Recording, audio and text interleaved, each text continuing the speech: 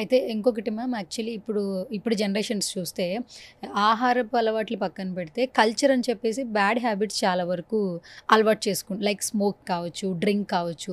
అది కూడా ఎక్కువ మోతాదులో తీసుకోవడం, అలవాటుగా మారటం.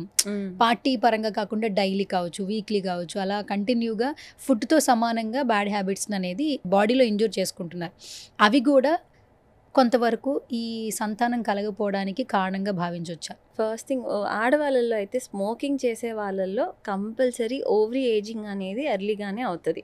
మామూలుగానే ఇప్పుడు మన బాడీలో ఏ ఆర్గన్ కూడా ఏజ్ అవ్వదు, అన్నీ ఫంక్షన్ అవుతూ ఉంటాయి. బట్ ఓవరీ మాత్రం ఏజ్ అయిపోయి ఆగిపోతుంది. అంటే దాని ఫంక్షన్ ఒక ఏజ్కి వచ్చిన తర్వాత ఆగిపోతుంది. దట్ ఈస్ ఆడవాళ్ళు మామూలుగా 45 50 మెనోపాస్కి రీచ్ అయినప్పుడు ఓవరీ ఫంక్షన్ అక్కడికి కట్ డౌన్ అయిపోతుంది, అంటే ఆగిపోతుంది.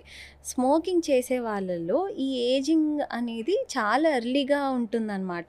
అంటే వాళ్ళు 30 ఇయర్సే అవ్వచ్చు, బట్ వాళ్ళు ఓవరీ ఆల్రెడీ 45 ఇయర్స్కి రీచ్ అయిపోతారు. అంటే రిజర్వ్ అంత తగ్గిపోతుంది. స్మోకింగ్ ఇన్ ఫీమేల్స్ చాలా ఎఫెక్ట్ ఇస్తుంది. ఫస్ట్ థింగ్ ఆల్కహాల్ అంటారా, అది వాళ్ళు తీసుకునే టైప్ ఆఫ్ ఆల్కహాల్ని బట్టి, వాళ్ళు తీసుకునే మోతాదుని బట్టి దాని ఎఫెక్ట్ అనేది ఉంటుంది. And sleep is other thing. ఇంకోటి మెన్లో ఏంటి, స్మోకింగ్ చేయడం వల్ల టొబాకో స్మోకింగ్ దీనివల్ల టెస్టోస్టిరాన్ లెవెల్స్ డ్రాప్ అవుతాయి. దానివల్ల సీమెన్ పారామీటర్స్ అబ్నార్మల్ అయ్యే ఛాన్సెస్ ఎక్కువగా ఉంటాయి. ఇదే కాకుండా స్మోకింగ్ ఎక్కువ చేసే వాళ్ళల్లో వాళ్ళకి న్యాచురల్గా ట్రై చేయాలన్న, అంటే ఆ లిబిడో అంటాం, అంటే వాళ్ళకి ఇంట్రెస్ట్ కూడా పోతుందన్నమాట, అంటే బాగా స్మోక్ చేసే వాళ్ళల్లో. సో అదొకటి, that will obviously delay pregnancy.